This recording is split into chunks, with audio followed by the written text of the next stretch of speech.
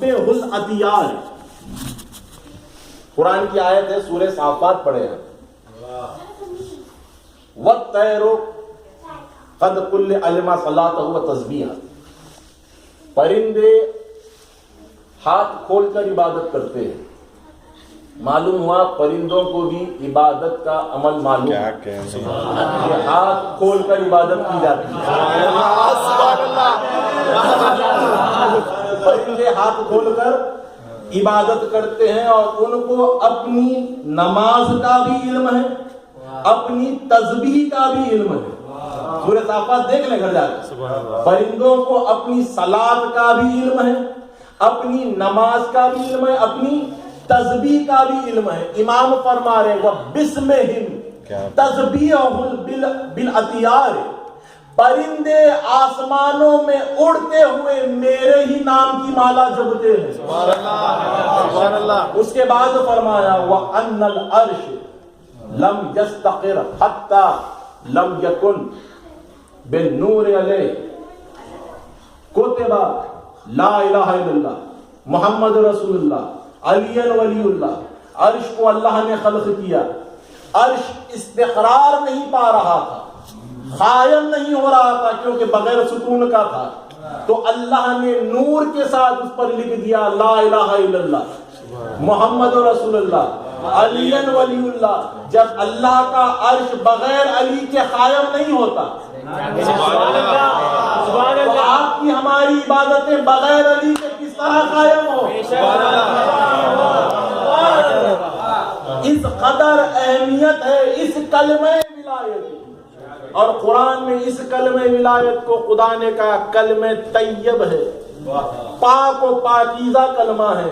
اس واسطے امام نے فرمایا علی اسی کے دل میں آئے گا جس کی نسل پاک ہو. تو بڑا پاک و پاکیزہ کلمہ ہے، ہر ایک کے نصیب کی بات ہی نہیں. وہی اس کلمے کا حق ادا کر سکتا ہے جس کا حسب و نسب پاک ہو. جس کو قیامت کے دن باپ کے نام سے پکارے وہی یہ کلمہ کہہ سکتا ہے. جن کو ماں کے نام سے پکارا جائے گا وہ یہ کلمہ اس کی زبان پر آ ہی نہیں سکے گا. کہا مولا ماں کے نام سے کیوں پکارا جائے گا ان بیچاروں کو؟ کہا اس واسطے کیونکہ باپ کا پتہ نہیں ہوگا.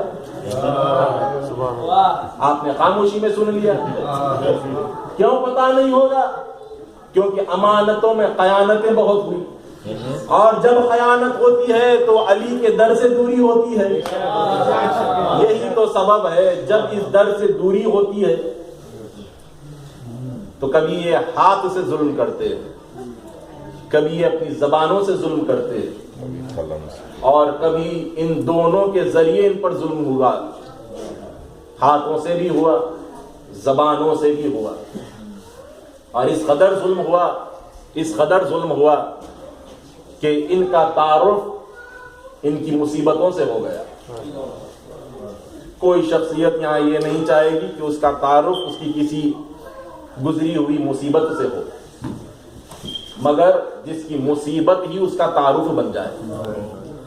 خواہ وہ امام اپنی پھوپھی کو لے کر آیا ہے 40 کرنا، وہ امام جس کا تعارف یہ بنا انا یبن المسلوب الامامہ والردا، میں اس کا بیٹا ہوں جس کا امامہ اور پیراہن لوٹ لیا گیا. انا یبن المذبوح الغفار حتی خضا، میں اس کا بیٹا ہوں، میں اس کا بیٹا ہوں جسے پس گردن سے ذبح کیا. انا ابن القتل العطشان حتی خضا، میں اس کا بیٹا ہوں جسے مرتے دم تک پیاسا رکھا گیا. منال نے امام سے یہ پوچھا کہ اے مولا آپ یہ بتائیں خون کے آنسو آپ کیوں روتے ہیں؟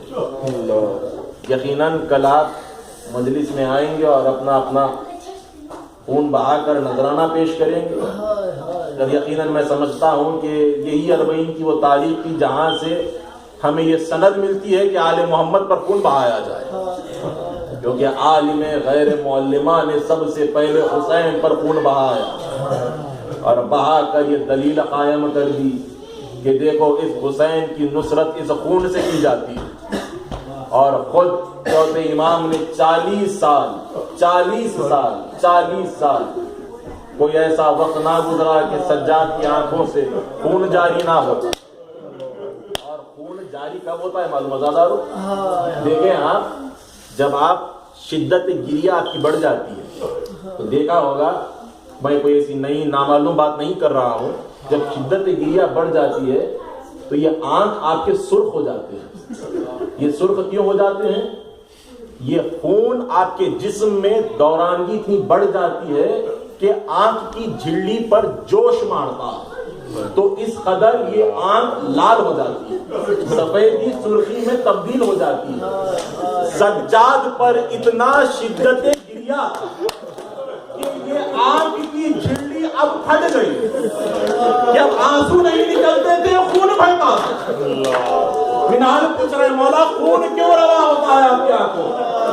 تو امام فرماتے ہیں کہ شریعت میں میرے نانا نے یہ حکم نافذ کیا کہ کسی کو بصیر کے ساتھ قتل نہ کیا جائے. منہال عربی ہے، اہل عرب ہے، مگر قدموں میں گر کر پوچھتے ہیں کہ مولا یہ بصیر کسے کہتے ہیں؟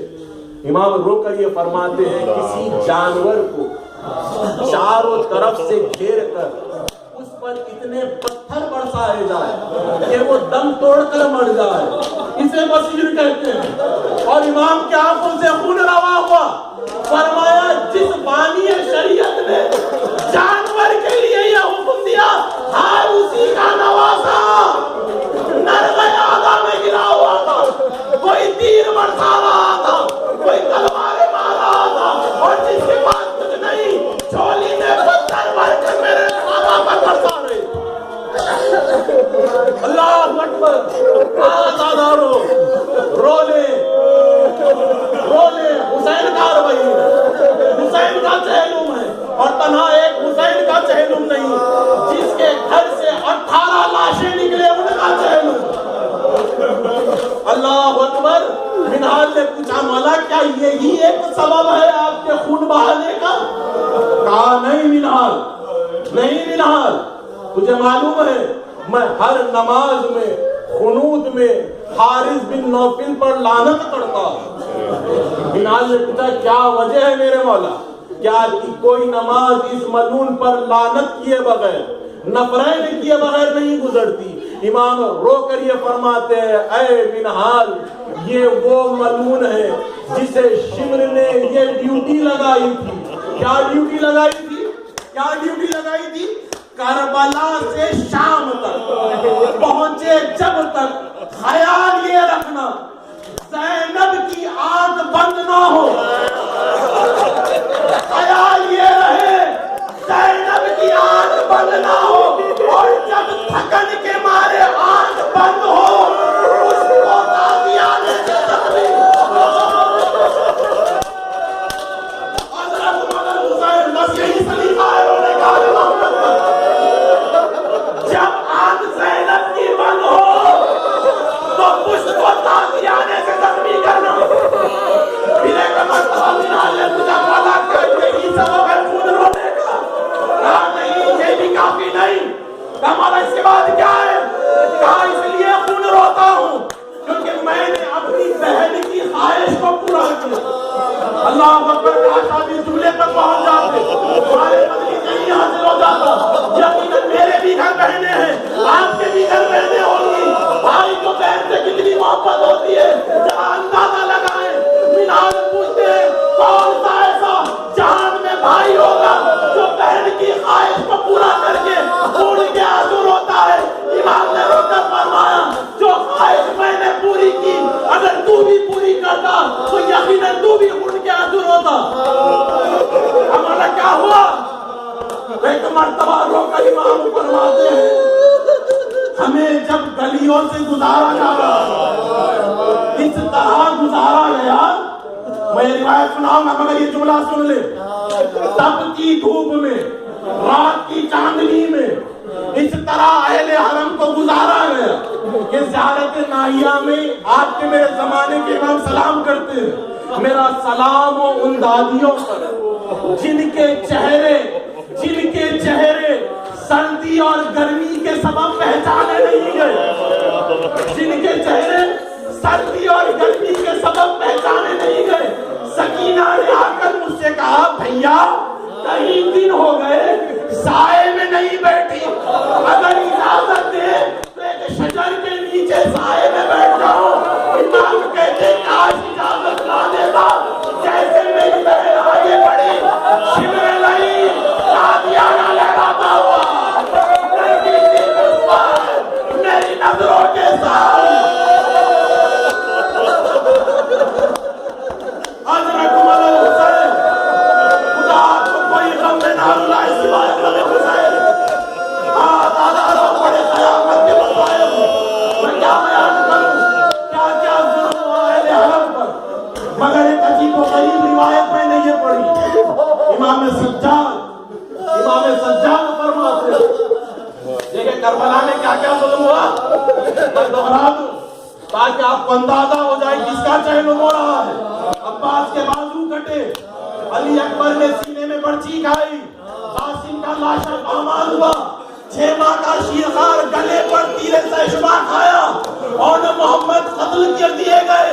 سارے ظلم کربلا میں ہوئے نا، کتنا غریب حسین ہو گیا تھا، اور آپ کے میرے مولا پر شمر لعین کا سوار ہونا، آہستہ آہستہ رگوں کو کاٹنا، کس طرح ظلم تھا اندازہ کریں۔ سجاد کہتے ہیں کربلا سے جب ہم کوفہ پہنچے تو ہم کربلا بھول چکے،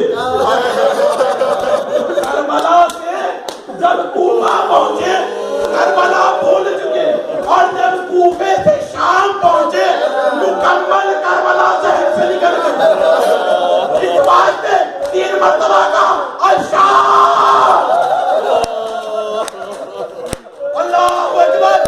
اس کے بعد ایک عجیب و غریب جملہ منہال سے امام سجاد نے فرمایا، اے منہال، شمر نے یہ اعلان کیا اہل حرم کو، اہل حرم کو ان گھروں سے نکال، ان گلیوں سے گزارا جائے، ان گلیوں سے گزارا جائے جہاں پر ان کے گھرانے کے دشمن زیادہ ہو۔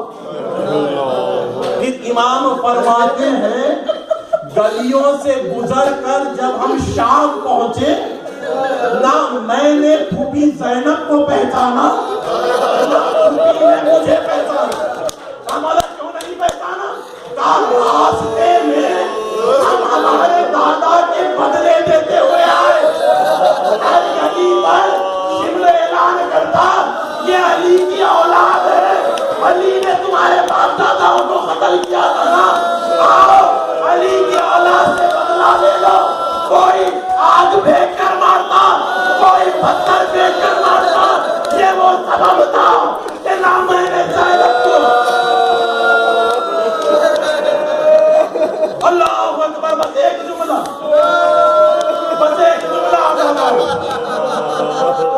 ان مظلوموں کا اربعین کرنے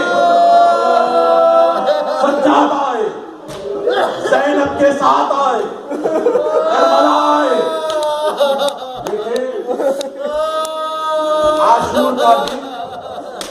عاشور کا دن جسموں سے سر جدا ہونے کا دن، اربعین کا دن جسموں سے سروں کو ملانے کا دن، اور جب یہ سر مل رہے تھے نا، زینب نے اپنے بیٹے سجاد سے یہ سوال کیا، یہ تڑپ کر پوچھا ہے بیٹا سجاد، یہ میرے بھیا کے سینے پر یہ گوشت کا لوتھڑا کیا ہے؟ اللہ اکبر، آپ پہنچ جاتے جملے میں، یہ گوشت کا لوتھڑا کیا ہے؟ رو کر سجاد کہتے ہیں یہ میرے بھیا علی اصغر، آپ سمجھتے ہیں علی حسین کا لاشا پامال ہوا، علی اصغر کے لاشے کو بھی نہ پہنچے۔ اللہ اکبر، اور ذکر ادھورا رہ جائے اگر میں مدینے کا تذکرہ نہ کروں، اور یقیناً بڑی محبت ہے مجھے اس ذکر سے، بڑی محبت ہے۔ ایمان کے دور میں ایک واقعہ گزرا تھا، ایک ماں کا